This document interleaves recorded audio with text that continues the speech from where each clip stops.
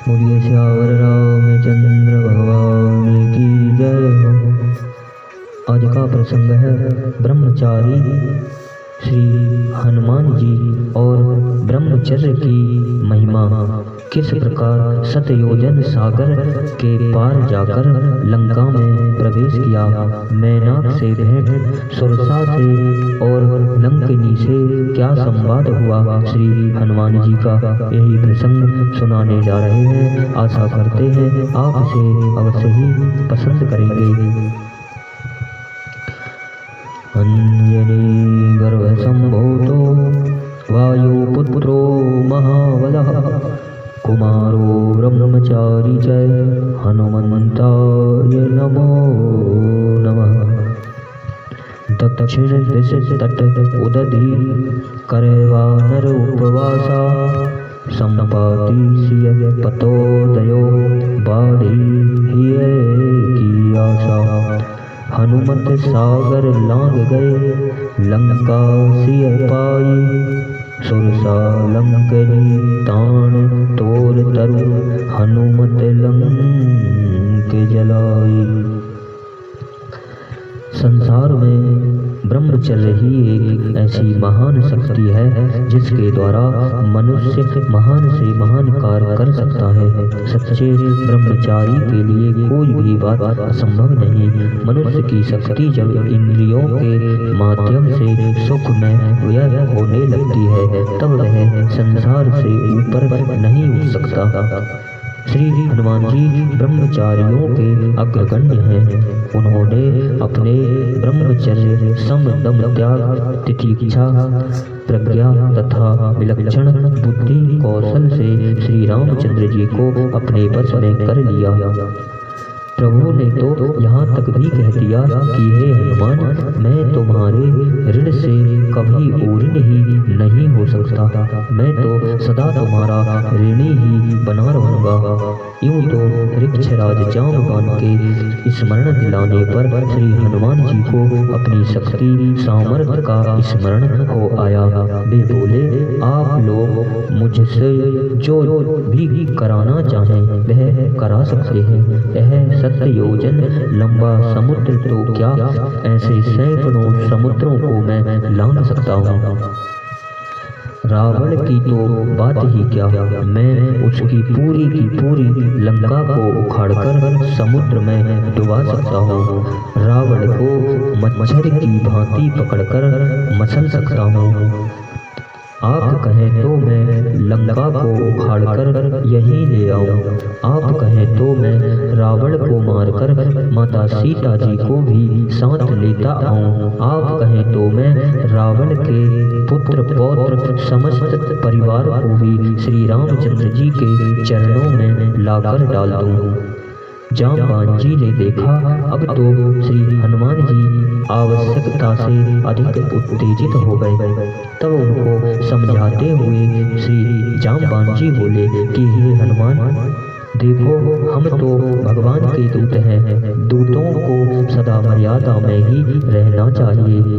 दूतों के लिए युद्ध निषेध है। दूत लड़ाई झगड़ा नहीं कर सकता। दूत की बात का राजा लोग भी बुरा नहीं मानते। उसे दंड का भी विधान नहीं है, क्योंकि दूत जो भी कहता है अपने स्वामी के अभिप्राय को ही प्रकट करता है। अतः तुम ना तो रावण को मारना, ना लंका को उखाड़ना, किसी को ताड़ना देना और ना अन्य ही कोई उपद्रव करना। तुम तो केवल इतना ही करना कि सीता मैया का पता लेकर ज्यों के त्यों ही लौट आना। सीता मैया का पता मिलते ही स्वयं भगवान राघवेंद्र सेना सजाकर अपनी प्रिया का उद्धार करेंगे। यही उनकी कीर्ति प्रतिष्ठा के अनुरूप होगा। तुम तो अपने को श्री राम जी का दूत ही समझना। श्री हनुमान जी ने कहा कि बाबा, आपकी बात मैं समझ गया। मैं सीता मैया की सुधि लेकर शीघ्र ही लौट आऊंगा, किंतु मुझे कोई मारे पीटे तो मैं उससे आत्मरक्षा के लिए भी लड़ाई ना करूं क्या? तब हंसकर जामवान जी ने कहा, अरे भैया, अपनी रक्षा तो कर ही लेना, वैसे व्यर्थ में लड़ाई मत मोल लेना। तब श्री हनुमान जी ने कहा, अच्छा, बहुत अच्छा, अब आप मुझे आज्ञा दीजिए। यह कहकर श्री हनुमान जी ने बड़ों के पैर छुए, बराबर वालों से मिले, छोटों ने उन्हें प्रणाम किया और वे कूदकर एक बड़े भारी वृक्ष पर चढ़ गए। अब उन्होंने अपने शरीर को बढ़ाना आरंभ किया। देखते ही देखते वे पर्वताकार हो गए और वायु वेग के समान वे सर सर करके आकाश में उड़े जा रहे हैं। सब लोग उनके ऐसे अद्भुत अलौकिक पुरुषार्थ को देखकर आश्चर्यचकित हो एकटक उन्हें निहार रहे थे। समुद्र के जल जंतु भयभीत होकर समुद्र के तल में छिप गए। पक्षियों ने आकाश में उड़ना बंद कर दिया। हनुमान जी बिना विश्राम किए निरंतर वायुवेग के सदृश समुद्र के जल पर उड़ते ही जा रहे थे। हिमालय के पुत्र मैनाक ने, जो समुद्र में छिपा हुआ है, उनसे कहा कि हे हनुमान जी, तनिक विश्राम कर लो, फिर आगे बढ़ना। किंतु उसकी ओर बिना देखे ही श्री हनुमान जी ने शीघ्रतापूर्वक चलते चलते ही कहा कि हे मैनाक भाई, धन्यवाद, इस कृपा के लिए साधुवाद। श्री रामचंद्र जी का कार्य जब तक मैं कर ना लूं तब तक मुझे विश्राम कहाँ है, आराम कहाँ है, मुझे आज्ञा दो, मैं शीघ्र पहुँचना चाहता हूँ, सागर के उस पार जाना है। सर्पों की माता सुरसा को देवताओं ने श्री हनुमान जी की बुद्धि की परीक्षा लेने के लिए भेजा। उसने आकर कहा, ओ वानर, खड़ा रहे, मैं तुझे खाऊंगी, बड़ी भूखी हूँ। देवताओं ने मेरे लिए तुझे ही आहार के निमित्त भेजा है। श्री हनुमान जी ने कहा, माँ, मैं शीघ्रता में हूँ, लौट आऊँगा, तब खा लेना।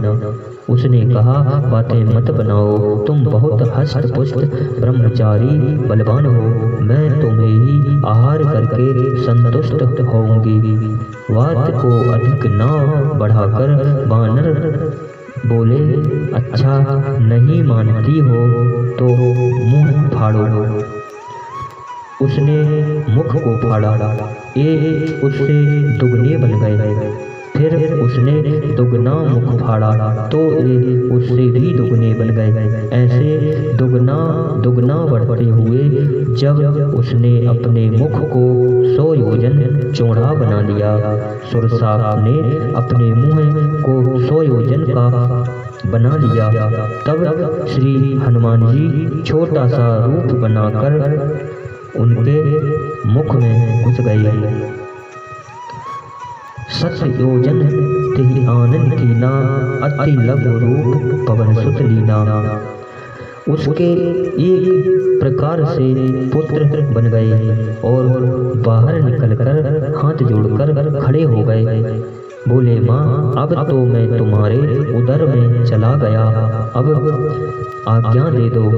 सुरसा इनके बुद्धि कौशल को देखकर परम प्रमुदित हुई और इन्हें भांति भांति के आशीर्वाद देकर चली गई। ये आगे बढ़ गए। आगे चलकर एक विघ्न और आ गया।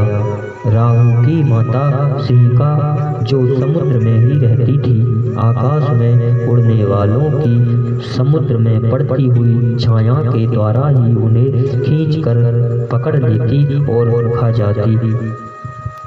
उसने उनकी छाया को भी खींचा। ये उसकी मूर्खता समझ गए और ऐसा कसकर एक मुक्का जमाया कि उसके लगते ही वह परलोक सिधार गई। तब श्री हनुमान जी समुद्र के पार पहुंच गए। अब उन्होंने सोचा, इस पर्वताकार शरीर से लंका में प्रवेश करना उचित नहीं। समस्त सिद्धियां तो सदा उनके सन्मुख उपस्थित ही रहती थीं। उन्होंने अणिमा सिद्धि के द्वारा अपना बहुत ही छोटा सा रूप बना लिया। लंका की अधिष्ठात्री देवी, जो सदा ही लंका की रक्षा के लिए तत्पर रहती थी, किसी अपरिचित व्यक्ति को बिना अनुमति के भीतर प्रवेश न होने देती थी। बहुत लघु रूप होने पर भी उसने श्री हनुमान जी को देख लिया और गरज कर बोली कि कौन है तू, जो चोर की भांति मेरा तिरस्कार करके लंका में प्रवेश कर रहा है। सावधान, आगे न बढ़ना, नहीं तो मैं तुझे खा जाऊंगी। तब श्री हनुमान जी ने बात को बढ़ाया नहीं। उन्होंने बिना कुछ सोचे समझे उसे कसकर एक ऐसा मुक्का मारा कि वह अचेत होकर गिर पड़ी। तब उसने कहा कि कपिराज, अवश्य ही तुम भगवान श्री राम जी के दूत हो। अब लंका का विनाश सा निकट आ गया। ब्रह्मा जी ने मुझे पूर्व में ही बता दिया था कि जब तू बंदर के मुष्टिक प्रहार से अचेत हो जाएगी, तब समझ जाना कि लंका का विनाश होगा। अतः तुम प्रसन्नता से भीतर चले जाओ। इतना सुनते ही रात्रि के समय श्री हनुमान जी ने लंका में प्रवेश किया। श्री राम काज करने वाले ब्रह्मचारी को सात्विक, राजसिक और तामसिक 3 प्रकार की मायाएं आकर घेरती हैं और उसे भांति भांति के प्रलोभन देती हैं। जो इनके फंदे में फंस जाता है वह गिर जाता है, तथा जो इन पर विजय प्राप्त कर लेता है वह आगे बढ़ जाता है। सात्विक माया को तो हाथ जोड़ लेने, उसका मात्र भाव से केवल स्पर्श करके आगे बढ़ जाएं। तामस माया आए तो उसे मार कर ही आगे बढ़ें। राजस माया को मारे नहीं, केवल मूर्छित करके आगे बढ़ जाएं। यही श्री हनुमान जी ने किया है। अब उन्हें श्री सीता जी के अन्वेषण की चिंता हुई। पहले उन्हें घुड़साल दिखाई दी, उसमें घुसे, वहां असंख्यों घोड़े को बंधे देखा। उसमें हनुमान जी चारों ओर घूम घूम कर सीता मैया को खोजते हैं। वहां न मिलने पर हस्तीशाला अर्थात हाथियों की शाला, इसके बाद गौशाला आदि में खोजने लगे। फिर सोचने लगे, मैं भी कैसा पागल हूँ जो स्त्री को गौशाला, गजशाला, अश्वशाला तथा दूसरे बसों स्थानों में खोज रहा हूँ। स्त्री तो स्त्रियों में ही हो सकती है। यह सोचकर वे रावण के अंतःपुर में गए। वहां एक स्वर्ण मंडित पलंग पर रावण सो रहा था। उसके समीप गलीचों पर और भी अन्य स्त्रियां थीं। श्री हनुमान जी ने कभी सीता जी को देखा तो नहीं था, अतः प्रत्येक सुंदरी स्त्री को देखते और सोचते हो ना हो यह सीता मैया ही होंगी। फिर उससे बढ़कर सुंदर स्त्री को देखते तो उसे सीता मैया समझने लगते। फिर सोचने लगे, इनमें से कोई भी सीता जी नहीं, तब सीता मैया कहाँ गई? संपाति की बात झूठी तो नहीं हो सकती। उसने कहा था कि सीता मैया लंका में बैठी हैं, मुझे दिख रही हैं।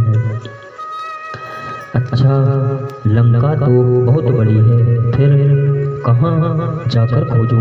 यह सोचकर वे फिर खोजने लगे, परंतु कहीं पता ना चला तो वे पुनः रावण के अंतःपुर में आए। अब की बार उन अस्त व्यस्त पड़े स्त्रियों को देखकर उनके मन में बड़ी घृणा हुई। वे सोचने लगे, मैं ब्रह्मचारी को तो स्त्रियों के चित्र का भी दर्शन नहीं करना चाहिए। मैंने इनको देखा, इन स्त्रियों को देखा, इससे मुझे दोष लगा, बड़ा अपराध हुआ, इसका प्रायश्चित करूं। फिर सोचने लगे, मैंने स्त्रियों को देखने की दृष्टि से तो यहाँ प्रवेश नहीं किया, मैं तो माता सीता जी का पता लेने आया था। माता सीता स्त्रियों में ही मिलेंगी, इसी भावना से मैंने रावण के अंतःपुर में प्रवेश किया। अपना अंतःकरण ही पुरुष का साक्षी होता है। इन स्त्रियों को देखकर मेरे मन में किसी प्रकार का विकार नहीं उत्पन्न हुआ। पाप और पुण्य में भावना ही प्रधान होती है। जब मेरी भावना ही दूषित नहीं हुई, तब प्रायश्चित ही किस बात का। किंतु मैं जिस काम के लिए यहाँ आया था, वह काम तो अभी हुआ ही नहीं। सीता जी का पता तो लगा नहीं। मुझे सब काम छोड़कर सीता जी का पता लगाना चाहिए। यह सोचकर मारुति नंदन बाल ब्रह्मचारी श्री हनुमान जी फिर दूसरे स्थानों में सीता मैया को खोजने लगे और खोजते खोजते आखिर अशोक वाटिका में विभीषण जी के कहे अनुसार अशोक वृक्ष के नीचे सीता मैया के दर्शन श्री हनुमान जी को हो ही गए। इन्हीं शब्दों के साथ बोलिए श्री हनुमान जी महाराज की जय हो।